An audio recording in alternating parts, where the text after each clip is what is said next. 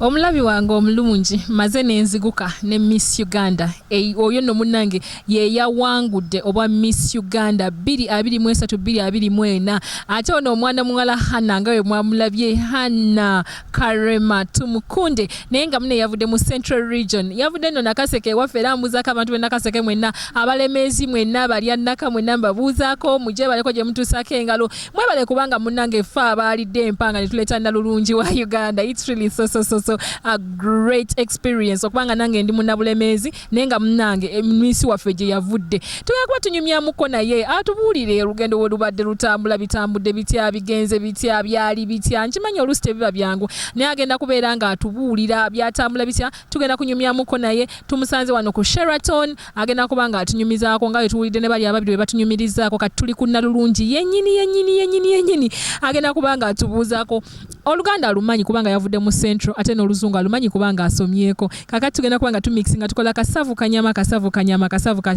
Melissa Mayanja ate era ne Abe promoter okubeera nga akuleetera ekifaananyi kino ekirungi. Hi, congratulations Miss Uganda. Thank you so much. Buuzako kuba tulaba abatulaba muje baleko amanya gange nze Hannah Karema tumukunde, the current Miss Uganda. Wow. Hannah Karema tumukunde. From which region wavudde wa? Nze navudde mu Bulemeezi, Nakaseke district, Central. Wow. Oli mwana Muganda? Nedda siri Muganda naye ndi munnauganda. Wow. Nanti tumanyi muna Abalemeezi. Era nno ssaza lya Kabaka. Essaza lyennyini erya Kabaka munnange. Era ndi wa mukisa nnyo okubanga ava emu ku ddyo.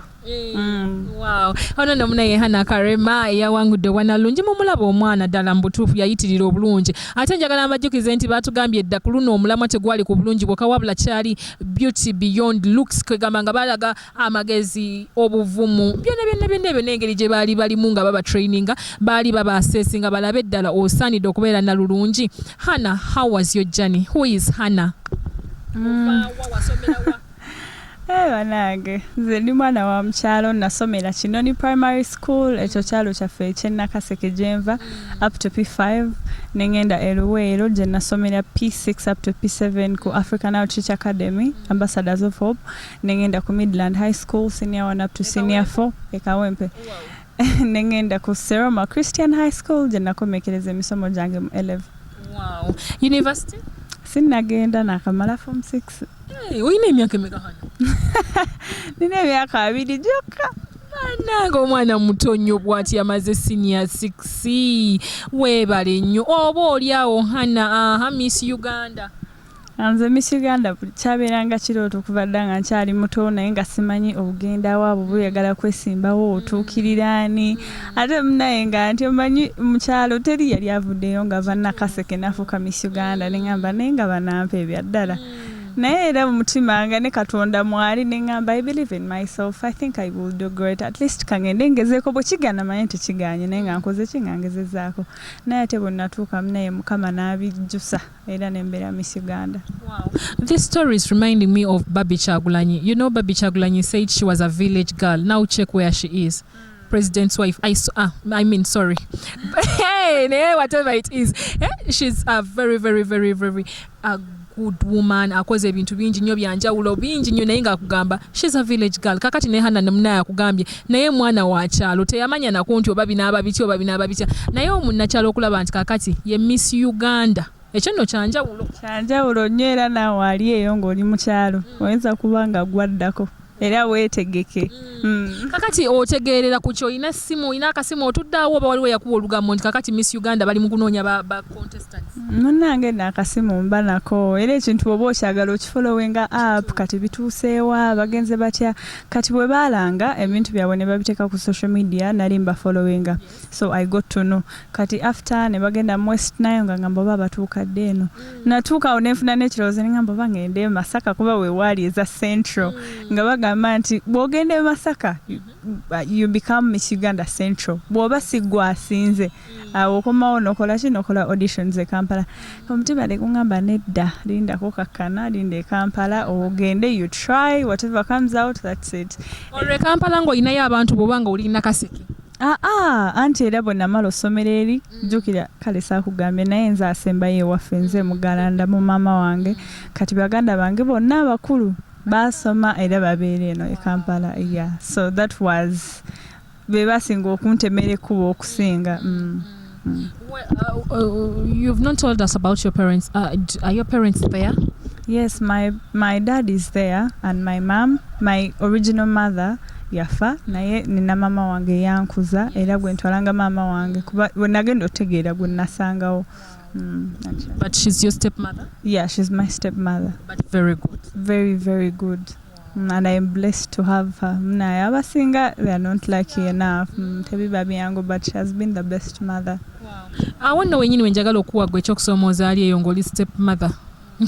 Okiwulidde omwana ono nga yenyumiriza mu stepmother we ate n'okyogera nti stepmother yagambye ye maama we ddala. Kati naawe omwana gwe wasangamu ddala oli maama oba ako nkakulekedde ojjako eddamu. Hannah, then after you sing, you wait for the central, then you come in the auditions. Yes, I come in the auditions. Era nga bulijjo najja ntidde ne ntuukawo ne ndaba abawala nga balungi, abawala nga bawanvu nga batambuza enkono naye nga nze mmanyi. Kungamba naawe watya abalungi nga ate nawe oli mulungi.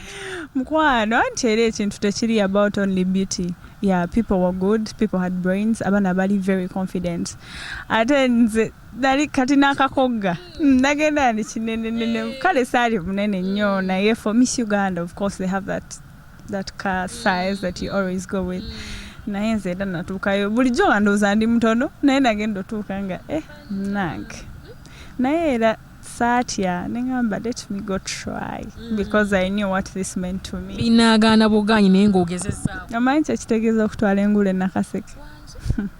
Nze era ndi wa mukisa neebaza Mukama buli lunaku buli lw'ennyambala engule ngamba Mukama weebale. Kati olwo mubeera bameka abajja mu central okutuuka okuba nti wayitamu?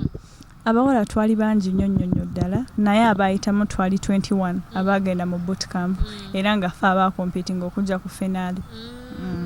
How is your experience in bootcamp? The experience has been good yet challenging. Ebimu tubiyize kale obamu n'okutya ng'ogenda mu bootcamp ng'ogamba because it's about judgment. They're going to judge you according to everything that you're going to do in bootcamp. Naye ate tuyizeeyo ebintu bingi nnyo kuba babadde batugamba okukola challenges ez'enjawulo. They task us to work in groups, so we've learnt a lot really. We've learnt to work in groups. Abamu bagendayo tebamanyi na kwogera naye twayigireyo okwogera, how to be good leaders, how to be an example to someone out there. Tuyizeeyo bingi nnyo and I'm very grateful to the Miss Uganda family. We nalaba mwogera oluzungu nga accent bannange engegeri gye mutambula bannange engeri gye musmilinga obukondo buwanvu nnyo naye salaba kaagwa bino ebintu byonna mwabiyigira mu bootcamp. Munnaye ebyo byonna obiyiga. You have to learn because era tusoma mentally tuba ne mental work gwe tusoma naye ate awo olweggulo ojjukira it is always hard okusoma ebintu ate n'obisinkinga in. Kati olweggulo twakolanga nnyo training okutambula okupozinga okuseka for that long time. Those amala bengeri gye twaseka oseka n'abataba ne ganyenya ng'owulira bannaye ate oluusi baba tebakusomye ndakusoma. Nalaba abaana nga tebabasomye naye nga basigala baliwe bati nze womba nanyize. Naye they tell you, they train you. Kati ogenda otuuka ku stage ng'omanye ky'okola and you be ready for whatever is going to happen. Mu bootcamp eno embeera yali eki okulaba nti musanzeyo abawala abalala buli omu avudde wuwe ate mwenna muli ku kiruubirirwa kimu mwenna mwaga kubeera ba miisi embeera eri eti okukolaganira awamu your social life with them.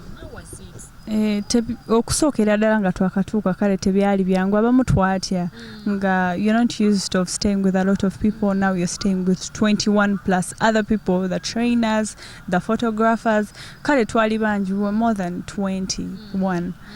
Era twasooka okutya naye munaye each day that passed by twatandika okumanyira era we started associating. Twageza okuva mu bootcamp nga tulinga family. We were like sisters. We looked out for each other. We understood each other. We were rooting for each other.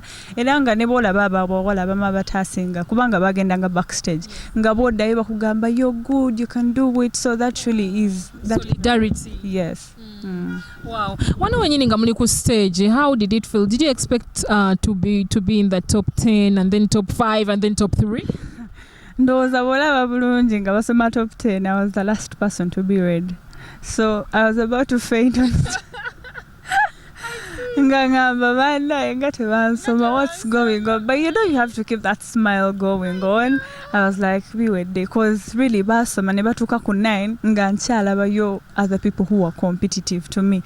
Ngamba, I think my journey has ended here. Nze ng'omuntu, I know I've made it this far, but I'll still go. Naye nga mpulira naye Mukama. You know, you have those mixed feelings coming in, but then they read me. So top 5, that was the toughest, I think.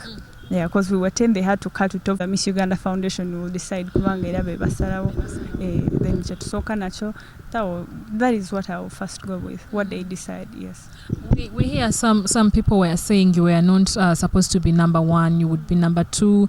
Martha, Winnie, yes, would be number 1. Did you hear about those stories? The first runners-up would be the queen? I haven't. You've not? Mm-mm. But are you okay with this? I'm very okay with this because I believe everything comes from God and nothing can happen by a coincidence. I believe everything that happens is supposed to happen and I believe I worked for it. Yeah, so I deserve it. That girl out there who would really want to be like you, any piece of advice?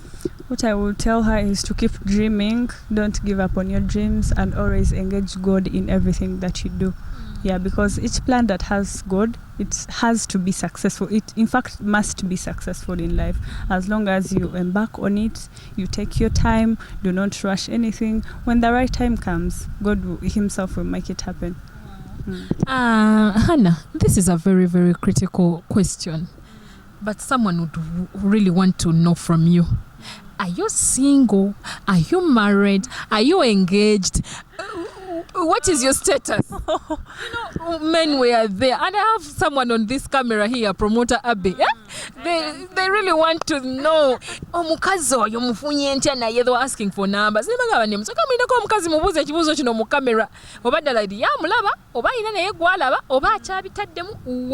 What is your status? Yeah, I'm single, as you can see. I have no ring on myself, so I'm single. So applications should come in? For now, I'm still working on this. Yes. Yeah, trying to, work with the Miss Uganda Foundation to embark on my journey and my project and my sister's project. I think those applications should wait. At what age would you really want to set up a family? I believe we always have plans, but God also has his plans. But you plan now. Auntie HV, I might say my plan and then God brings his plans at home. Which is okay. I haven't decided really about that. I haven't thought about it, but I would also want to have a family because that's the respect any woman would want and a dream. Munango donna abadde Hannah gwe twali tuli mu kunyumyamuko naye ate nga munaye yatute ekyo engule ey'obwannalulungi era nga mulaba engule egyayambadde yatute engule ey'obwannalulungi era naye munaye twali tunyumyamuko naye atugambye nti abamu ku abo be yeegomba okusingira ddala yeegomba omukyala Queen Abenacho era gy'oli tukubuuzaako tukwebaza okubeera nti munnange olese toffaali ku Miss Uganda Foundation munnange okulaba nga bano abakyala bonna actually the 3 of them bonna bakwegomba olw'ebyo by'ozzookola si nti n'olw'okuba obulungi naye olw'ebyo by'ozzookola ettoffaali ly'oleseewo n'omukulu olwo gw'oleseewo. Thank you so much. Era naawe gy'oli eyo omwana omuto yandiyagadde okubeera nga Hannah akuwadde amagezi munnaye kansuubira ate era mwebale kubeera nti mumwagira agenda kubanga yeebaza ku bantu be, agenda kubanga alina ekigambo kimu kyatulekera obubaka bonna bwayinza otulekera munnaye gwe abadde amulaba okubeera nti munnange atuuka ku kino. Manyi bangi abazze bamugoberera nga tomanyi yayingira kya auditions byonna bitugambye atuuka tya ku bwannalulungi yawulira tya ng'ali ku stage atugambye basoma erinnya lye n'awulira nga awunze bamalamu wahaaga n'ajjukira nti erinnya Hannah lisomeddwa. Kale munnange katugambeko ebigambo ebisembayo yeebaza abantu be ate tubeere nga tuva wano. Nyongerera ddala okubeebaza bannaaye abampagidde famire yange baganda bange maama wange taata wange n'ab'emikwano banaye mostly my fellow students from Seruma mwebale nnyo era temujjangaoko. Nyongera obbakuutira nti musigale ku Katonda, trust God with every dream that you have in life and everything will be okay, and do not rush in life. Do things at your own pace, do not crash, and do not do something simply because you've seen someone do it. When the right time comes, everything will happen. I love you, stay safe. omulabi waffe omulungi nyongera okugamba nti weekumire ku SATV Media goberera nnyo Melissa Mayanja ne promoter Abe ate mwongerere ddala n'okufollowinga Miss Uganda Foundation and what it is all about. It has empowered women, it has done a lot that concerns with the women and what a lot. You might get inspired and get to want to know more about this.